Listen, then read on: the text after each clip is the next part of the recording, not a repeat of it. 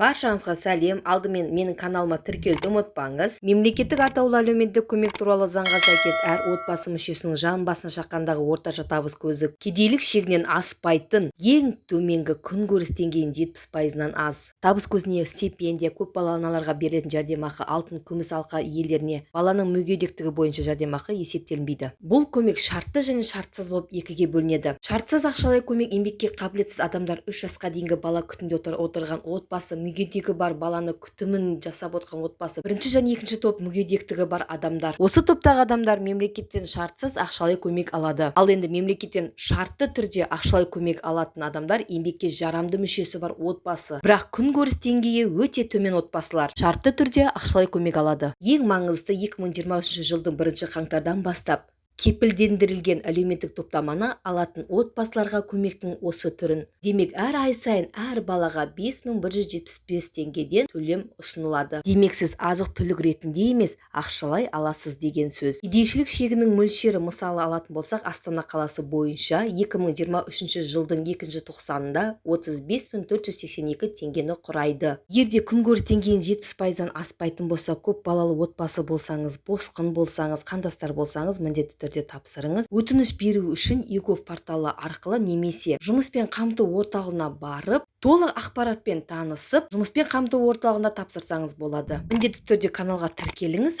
жиі ақпараттармен бөлісетін боламын.